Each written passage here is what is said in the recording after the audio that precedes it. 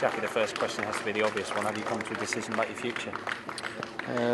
This moment, no, I'll speak to the chairman first. As I said, obviously it's a bit close after that. And I'll assess that just now. And I say a bit disappointed with the penalty. It should never have been. Similar to one in the first half. About 2 minutes to go. I think the officiating summed up the actual game today. I thought it wasn't a pretty game, and a lot of mistakes to say the least. And I think even their manager summed up when he said it wasn't a penalty. But that's sometimes when things go against you in football like that, it's not a penalty. Same with the one in the first half. But in saying that, first half I thought we were good. Should have got a second goal with Galbraith. He hits the post, should go in.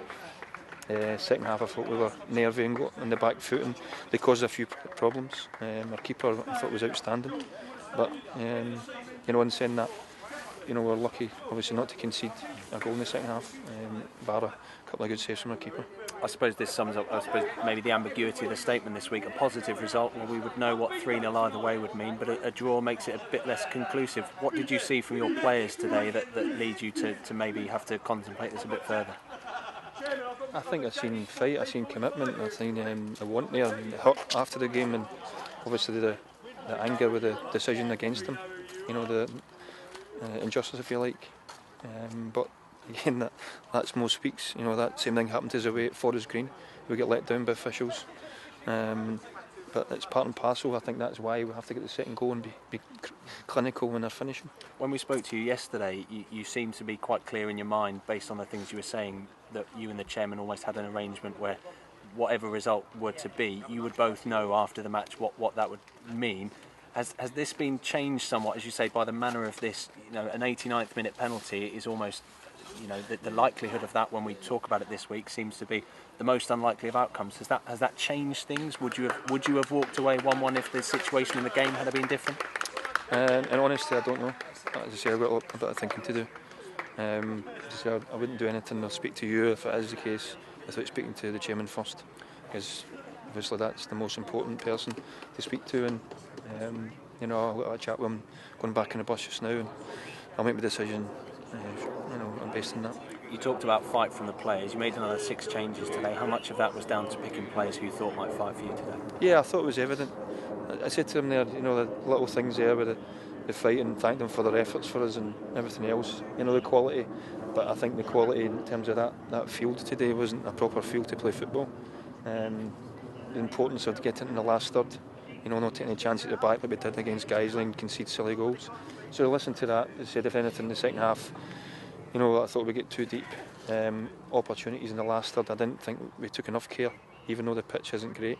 I just thought with possession, we put a lot of things on top of us, with throw-ins and free kicks and corners, and eventually a free kick, a silly free kick, and one ball into the box, and gives the referee a chance to give a penalty out of nothing, and it's cost us in the end. And I wonder as well, watching your side defending that second period, it seemed like a noticeable slight change in style as well, the way that your side were just happy to clear territory and make sure that they didn't make mistakes today, perhaps like you did on Tuesday. Was that something you were conscious of this week, thinking you don't want to invite opportunities because of the low confidence levels? I think, there's that, and obviously you want to play in the right areas. There'll be a few opportunities there to cause them problems. But as I said, in the areas, the chances that we were taking the other night, there's no way you could do that in the surface anyway. The surface, even in the last third, wasn't great or conducive to good football, which is seen, as I said, I think it was one of the worst games of the season to watch. But I think you've seen two teams that were just fighting, hoping for something to break, or a mistake here, or a referee decision, which proved the case. This was so close to being the perfect story for you today, getting the win, getting that first away win in 29 matches. Could that give you a platform to take this York City team forward? Hopefully. As I said, I'll see what happens. To be honest, I got a result last night when the York press retracted their thing there. Although they didn't apologise, but at least people can see that the clarification was there. It came short a little bit there, so there's a little victory smell last night before the ball was kicked today. The constant stuff you have to deal with. For me, that was the first start of it. Bridges can be mended, I suppose.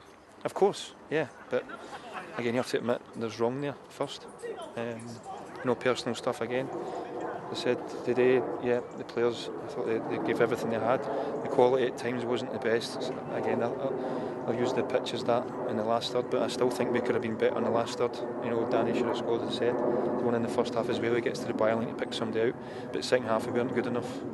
We got too deep and nervy, waiting for that second goal.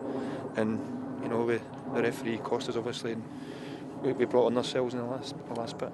If anyone thought during the week, based on, I suppose, the confusion maybe that you don't care about this York City club, we certainly hear this evening that you do.